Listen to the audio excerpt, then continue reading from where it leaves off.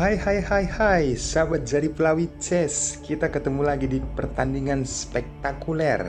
Yang saya intip adalah pertandingan dua anak muda, Grandmaster tentunya, Fabiano Caruana versus Alireza Firoza. Dan sedikit informasi, ini partai final teman-teman, Champions Chess Tour 2023. Siapkan konsentrasi tinggi, banyak pelajaran penting dalam setiap langkah yang akan saya tunjukkan kepada teman-teman. Dan bagi teman-teman yang baru bergabung di Jari Pelawi Chess, jangan lupa tombol subscribe, nyalakan loncengnya. Oh ya teman-teman, satu lagi, boleh sediakan kopi kalian. Selamat menyaksikan. Di sini Fabiano Caruana memegang buah putih. Dia memulai dengan pion E4. Alireza Firoza, pion ke E5. Putih kuda ke F3 dan hitam kuda ke C6. Saat putih penempatan gajah di C4 terjadilah pembukaan Italia teman-teman. Bagaimana langkah rumusan dan keseruan dari pertandingan ini? Coba kita simak. Penempatan kuda ke F6 mengancam pion, dan di sini pion D3 melindungi pion. Gajah ditempatkan ke C4 dan putih rokade cyber aja. Oh ya teman-teman, ini variasi dua kuda ya untuk pembukaan Italia. Hitam pion D6, persiapan gajahnya untuk bisa menguasai diagonal. Putih pion C3, berharap mendorong pion D untuk ke depan, ataupun pion B untuk ke B4. Hitam rokade cyber aja. Putih pion H3, menjaga kotak G4 untuk pergerakan kuda dan gajah. Balasan dari hitam, pion A6, agar mempersiapkan ruang bagi petak gajah hitamnya. Fabiano Caruana, pion ke A4. Alireza merespon, gajah ditarik ke A7. Bagaimana langkah rumusan dari Italian game telah terlihat di papan teman-teman. Kita dapat pelajari, putih benteng ke E1, hitam pion ke H6, menghambat pergerakan kuda. Kali ini putih penempatan kuda ke D2. Di sini teman-teman, hitam mulai melancarkan aksinya. Benteng ditempatkan ke jalur E. Pion B4 dimainkan, berharap bisa maju satu langkah ke depan jika memungkinkan. Hitam penempatan gajah ke E6, mengajak pertukaran dan disambut. Posisi seperti ini dipukul dengan benteng. Fabiano Caruana, penempatan gajah ke B2. Hitam merespon kuda ke H5. Dengan posisi seperti ini teman-teman, Fabiano Caruana aktif kuda ke F1. Tetapi sebentar teman-teman, kalian mungkin berpikir bisa pukul pion yang ada di E5. Karena apa? Menteri mengancam kuda. Tetapi ini langkah yang blunder teman-teman.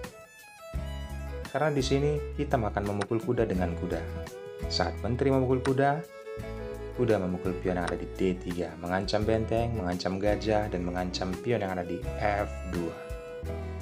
Ini sangat jelas dilihat oleh Fabiano Caruana. Maka dari itu kita kembali ke partai aslinya. Dengan posisi seperti ini, manuver kuda ke F1. Alireza Firoza mencoba menciptakan peluang teman-teman dari manuver kuda ke E7. Tujuannya jelas. Setelah pion C4, kembali di sini teman-teman. Aktif kuda ke G6. Penempatan nantinya ke F4. Dia berharap Caruana menjaga kotak F4 dan pion G3 dimainkan. Tetapi teman-teman, seperti langkah ataupun strategi awalnya, manuver kudanya yang tadinya dari C6 beralih ke E7, pindah ke G6, dan tepat sekali teman-teman. Dia mengorbankannya. Memang incarannya ke petak F4. Dan ini harus dimakan oleh putih. Dipukul dengan pion teman-teman. Benteng terlebih dahulu tempo skak, raja naik H2. Barulah kuda memukul pion ada di F4. Satu kuda bertukar dengan dua pion. Ada ancaman sangat berbahaya di kotak G2. Maka dari itu kuda ke E3. Giliran menteri mengancam pion yang ada di H3.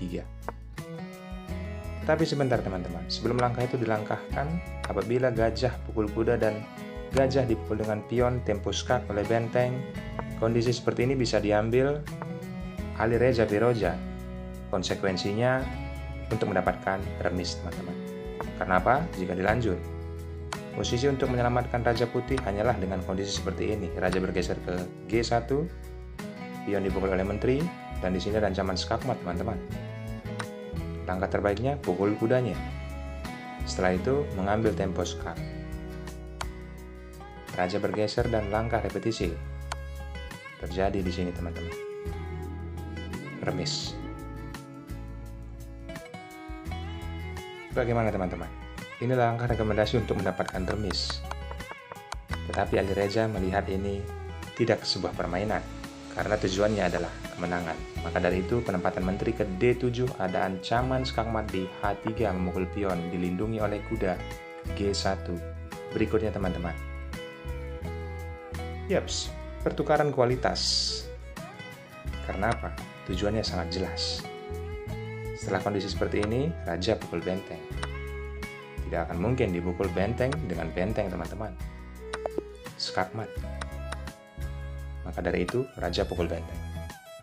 Permainan berlanjut, menteri pukul pion. Ada ancaman skakmat apabila gajah memukul kuda, karena kotak G2 dijaga oleh kuda. Apa respon dari Fabiano Caruana dengan posisi seperti ini? Menghambatnya dengan pion, teman-teman. Pion C dimainkan satu langkah. Tapi sebentar. Langkah terbaik disarankan oleh komputer, menteri ke G4. Saat gajah pukul kuda, yes, teman-teman. Putih bisa mengambil langkah memukul menteri. Apabila dipukul kuda tempo skak, Raja naik, mengancam kuda. Kuda menyelamatkan diri. Raja kembali naik ke F3. Gajah ditarik mundur.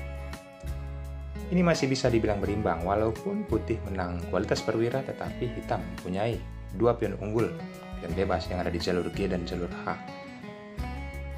Kita kembali ke partai aslinya. Langkah ini tidak diambil oleh Fabiano Caruana. Mungkin karena waktu juga sudah mepet, teman-teman. Dia memainkan pion C5. Kali ini, pion H5, Alireza Firoja. Bertujuan jelas, teman-teman, agar menteri bisa ke G4. Dan di sini benteng ke E2, menjaga posisi pion yang ada di F2. Bagaimana Alireza merespon? Memukul benteng? Belum saatnya, teman-teman. Penempatan benteng ke E8, meminta bala bantuan agar nanti benteng ke E6 dan ke G6. Tempo skak. Menteri mengajak pertukaran. Barulah benteng dipukul. Setelah menteri pukul kuda, seperti tujuan awal, benteng ke E6 dan tujuannya ke G6. Ditutup oleh kuda, tetap saja, teman-teman. Seperti tujuan awal. Kali ini diselamatkan oleh menteri, ada pion ke H4. Pion ini akan terus dijalankan ke depan untuk mengancam posisi kuda. Bagaimana putih merespon? Karena perwira yang ada dimilikinya tidaklah aktif, teman-teman, yang ada di jalur A dan di jalur B. Mencoba membuka, melakukan pilihan permainan, tetapi langsung dipatahkan oleh Alireza Firoja. Saat gajah ditempatkan ke C3, barulah dilancarkan serangan yang sangat berbahaya. Raja menghindari pinan, tetapi pion tetap mengancam kuda. Kuda ditarik, dan di sini tempo skak dilakukan. Raja mundur ke H1, karena apa? Tidak akan mungkin Raja memukul pion yang ada di H3. Jika itu dilakukan, maka skakmat menteri ke H6. Luar biasa, teman-teman. Menciptakan langkah yang sangat krusial untuk lawannya. Posisi Raja ke H1, menteri tempo skak kembali. Raja naik, dan ada langkah berulang di sini. Alireza Firoja tidak akan mengulang sampai 3 kali, maka dari itu dia akan memaparkan gajah petak gelapnya. Setelah hal ini terjadi, teman-teman, barulah gajah pukul pion, mengancam kuda. Di sini kesalahan yang dilakukan oleh putih, mungkin karena waktu ya, teman-teman. Kita juga tidak tahu, pertandingan tahun 2023, partai final mengajak pertukaran menteri. Jelas hitam mengambil keuntungan ini. Apa yang bisa menyelamatkan rajanya, teman-teman? Dengan posisi seperti ini, Fabiano Caruana menyerah.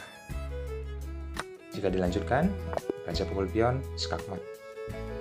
Dan satu langkah lagi dengan kondisi seperti ini, ditutup dengan kuda. Tetap, teman-teman, benteng mengambil tempo skak dan dipukul oleh menteri, skakmat oleh menteri. Ambil pelajaran pentingnya. Sesederhana ini saya menganalisisnya. pertandingan spektakuler tahun 2023, partai final Champion Chess Tour. Ucapan terima kasih dari kalian. Jadi Pelawit Chess hanya mengharapkan subscribe, nyalakan loncengnya, dan berikan komentar yang positif. Bye-bye.